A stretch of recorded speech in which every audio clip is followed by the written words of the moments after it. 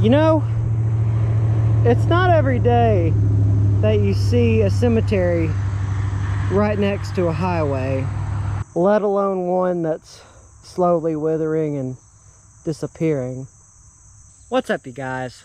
Chet-Guthrie, the Dream Poet here, coming to you all from the outskirts of Spring City, Tennessee.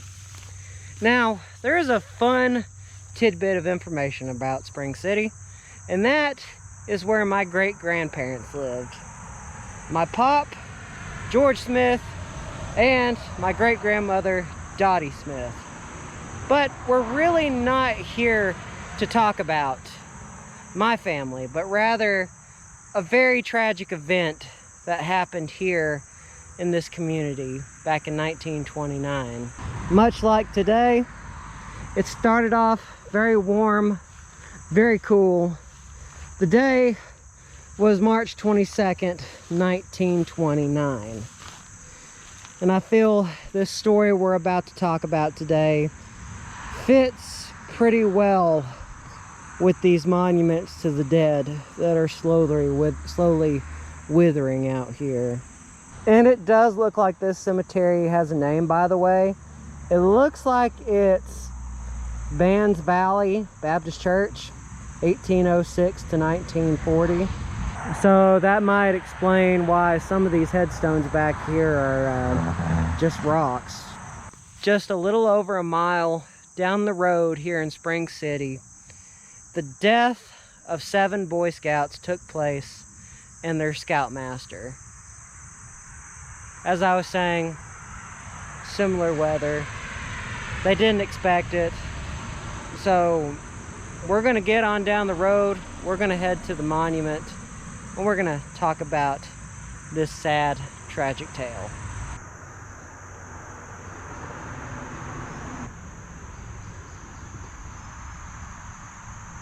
In order to get to this monument, we have to go beneath this bridge.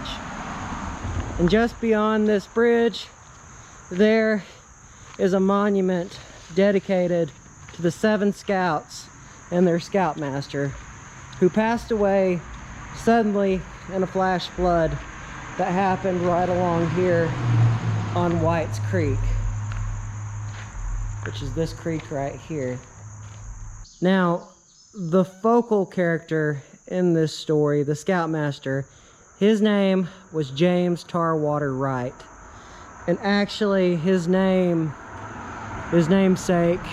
is dedicated to this bridge that's over White's Creek. In 1929, beyond this bridge, there was a small cabin. This small cabin was a pretty nice camping spot for Boy Scouts. The troop in question was Troop 45. 21 scouts came out here with Jim Wright, as everybody in town called him, and they were going to have themselves a really nice camp out. But since this was 1929, weather forecasting was still in its primitive stages. You had radio that was slowly up and coming. You didn't have TV whatsoever. But little did this troop know that there was a massive rainstorm that was hitting the eastern side of Tennessee with a tremendous amount of force.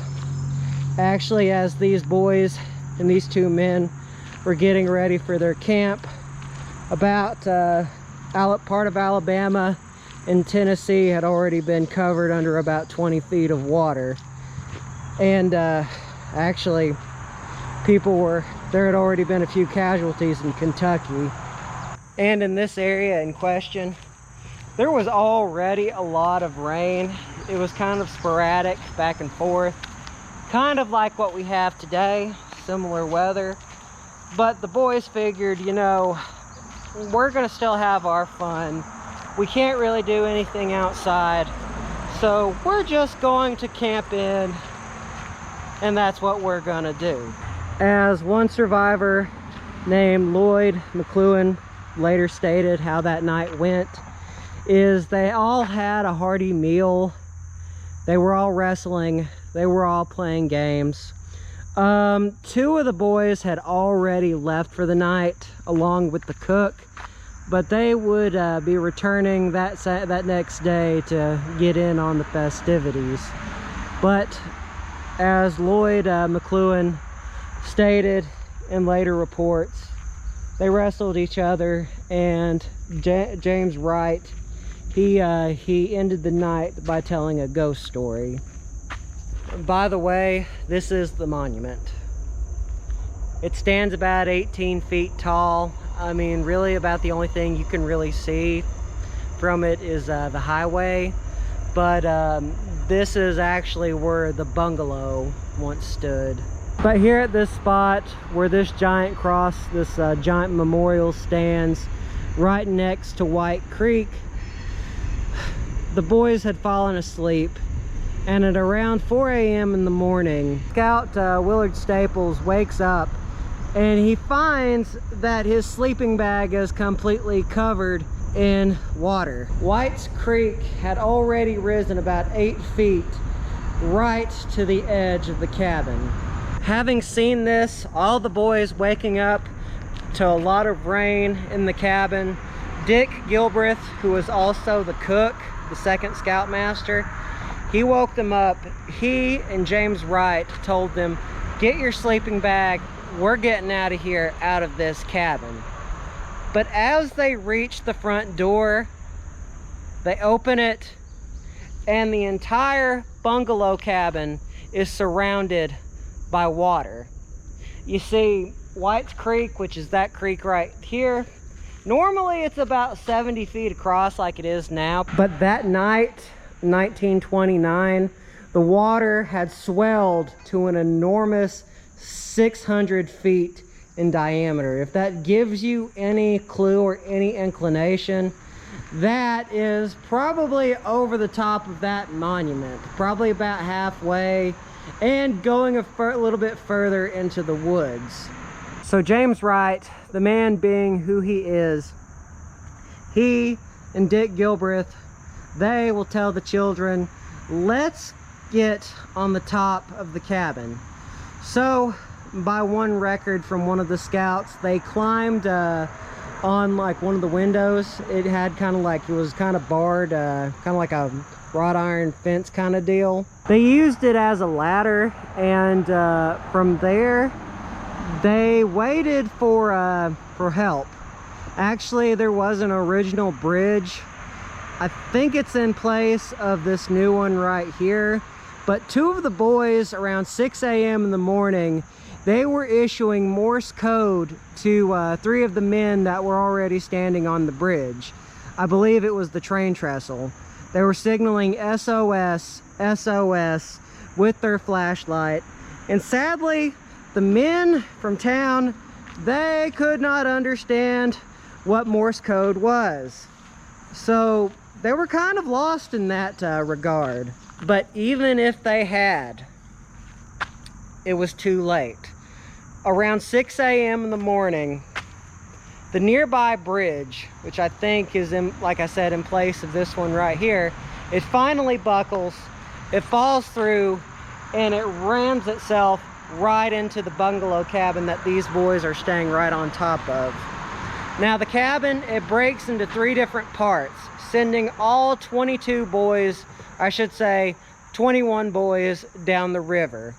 Now James Wright, he is a very, very well-talented swimmer, and actually he was even a lifeguard at the YMCA. But as every scout is holding on for dear life, James Wright jumps in there. He starts saving kids. So water is rushing. The current is horrific in this area.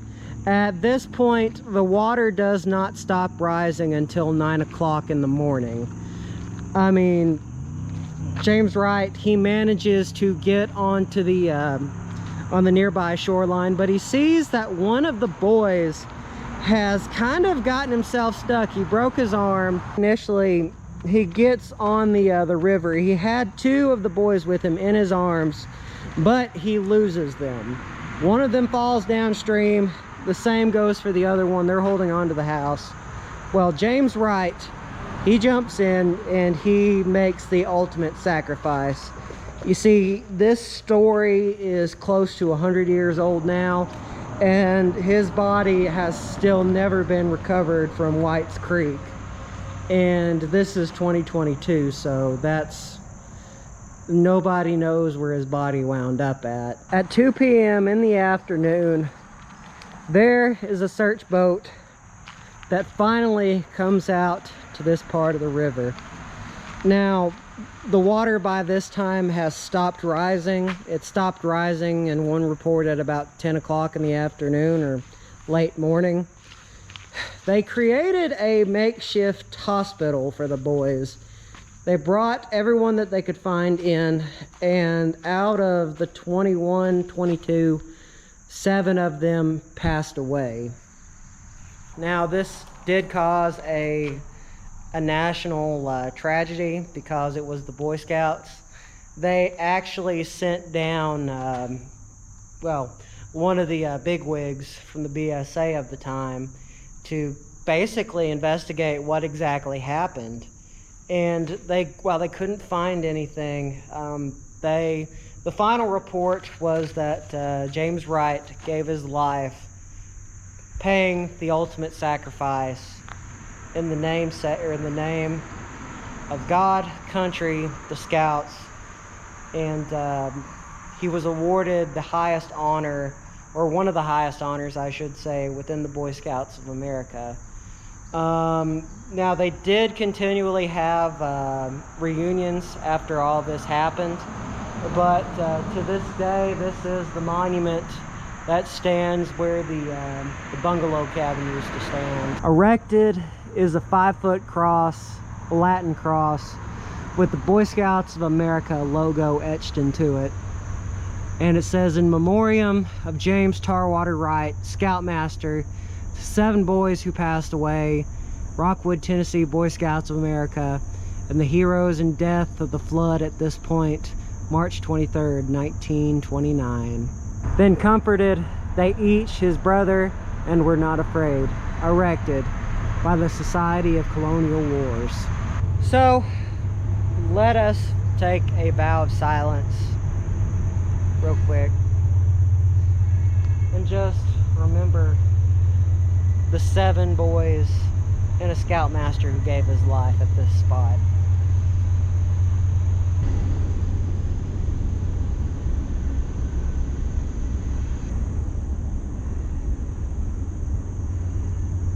This is a very solemn vlog to make. It's a very sad one, especially coming from my end. I was in scouting. Now, I wasn't a Boy Scout. I did do some stuff with Boy Scout Troop 69 out of East Brainerd, Tennessee. But I did a lot with venture scouting. Essentially, it's pretty much present day scouting, co-ed. But I was a president, and this one really hits home for me. So you guys, I'm gonna end this vlog on a somber note. Remember, be gracious, be kind, do good. I love you all very much. Vlog over.